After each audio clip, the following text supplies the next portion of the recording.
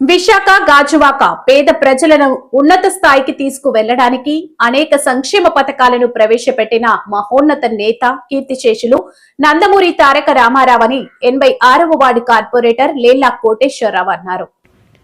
పేద ప్రజలను ఉన్నత స్థాయికి తీసుకువెళ్లడానికి అనేక సంక్షేమ పథకాలను ప్రవేశపెట్టిన మహోన్నత నేత కీర్తిశేషులు నందమూరి తారక రామారావు అని 86వ వార్డు కార్పొరేటర్ లేల్లా కోటేశ్వరరావు అన్నారు. నందమూరి తారక రామారావు 30వ వర్ధంతి సందర్భంగా జీవీఎంసీ 86వ వార్డు రాసాలమ్మ కాలనీలో 3 రోజుల పాటు జరగనున్న క్రికెట్ టోర్నీని స్థానిక కార్పొరేటర్ లేల్లా కోటేశ్వరరావు ప్రారంభించారు.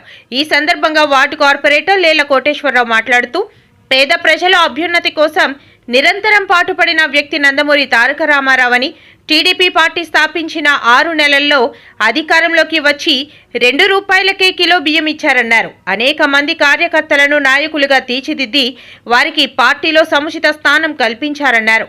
ఆయన చనిపోయి 30 సంవత్సరాలు గడుస్తున్నా ప్రజల గుండెల్లో చిరస్థాయిగా ఉండిపోయారన్నారు.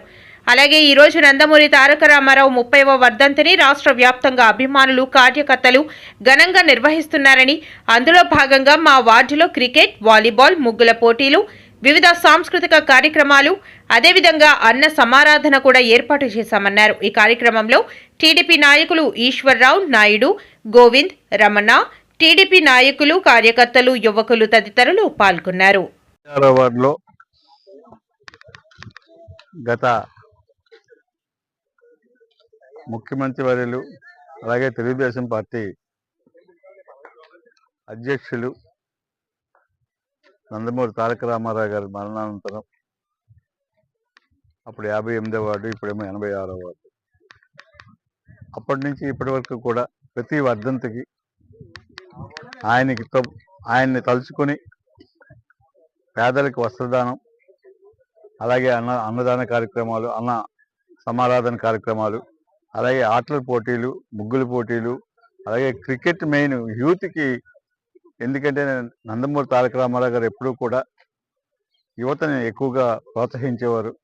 కాబట్టి ఈ యూత్లో కూడా ఒక మంచి ఐక్యత రావాలనే ఉద్దేశంతో ఎప్పుడైతే వస్తాయంటే ఎక్కువగా చదువులోని, ఆటల్లోనే ఎక్కువగా ఐక్యతలు వస్తాయి, కాంపిటీషన్ వస్తుంది.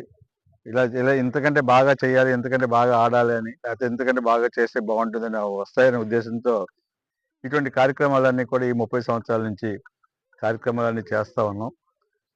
దీనిలోనే ఈరోజు 86వ వార్డులో క్రికెట్ మ్యాచ్లు ఇవాళ స్టార్ట్ చేయడం జరిగింది.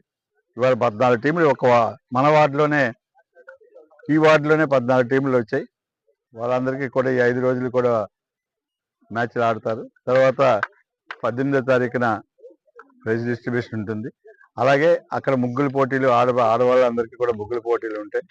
అలా అన్న సమాధానం ఉంటుంది, వస్త్రదానం ఉంటుంది. ఇలాంటి అన్ని కార్యక్రమాలు ప్రతి సంవత్సరం చేస్తూనే ఉన్నాం.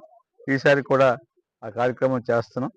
కాబట్టి ఇది మొట్టమొదటిగా స్టార్టింగ్ కాబట్టి క్రికెట్, ఎందుకంటే 5-6 రోజులు పడుతుంది కాబట్టి టైం మళ్ళీ పండగ వస్తుంది కాబట్టి ఇబ్బంది ఉండదని చెప్పి ఎప్పుడు కూడా 7, 8, 9 తారీఖులు స్టార్ట్ చేస్తాం. ఇవాళ స్టార్ట్ చేయడం జరిగింది. ఇవాళ ఈ కార్యక్రమంలో యూత్ మీరు చూడండి ఒకసారి, అలా అందరూ యూత్ ఎక్కువగా పార్టిసిపేట్ చేశారు.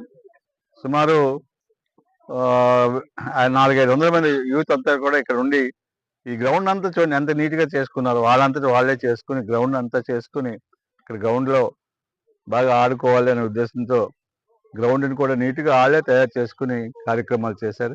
వాళ్ళందరికీ కూడా, యూత్ అందరికీ కూడా నేను కృతజ్ఞతలు తెలుపుతున్నాను.